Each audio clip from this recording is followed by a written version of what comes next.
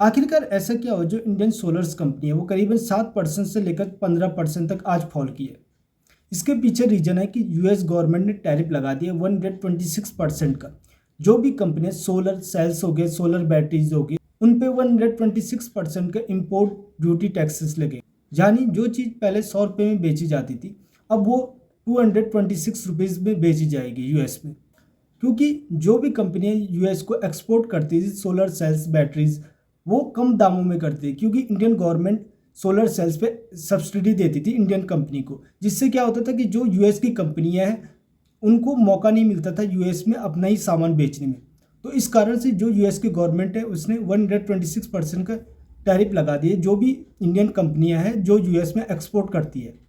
वारी एनर्जी सबसे ज़्यादा एक्सपोर्ट एक्सपोजर है, 32% रिवेन्यू आता है यूएस से, और करीबन आज इसका शेयर 15% तक फॉल किया था और क्लोजिंग हुई 10% डाउन। दूसरा स्टॉक है विक्रम सोलर। इसका जो एक्सपोजर है 20% रिवेन्यू आता है यूएस से, और ये स्टॉक करीबन 7.5% तक फॉल किया था।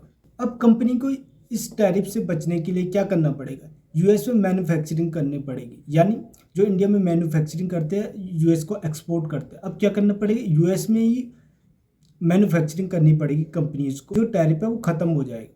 इससे सिंपल सा पता चलता है, जब तक डोनाल्ड ट्रंप यूएस के प्रेसिडेंट है तो जो भी कंपनियां, इंडियन कंपनियां जो भी एक्सपोर्ट यूएस को करती है उनमें वॉलेटिलिटी दिखाई देगी। यानी वो वॉलेटाइल रहेंगे और उनमें पैनिक सेलिंग आती रहेगी। हर बार जब भी डोनाल्ड ट्रंप के कुछ भी टैरिफ से रिलेटेड कुछ भी अनाउंसमेंट होंगे तो इन स्टॉक्स पे जरूर इम्पैक्ट पड़ेगा जो भी यूएस को एक्सपोर्ट करते हैं।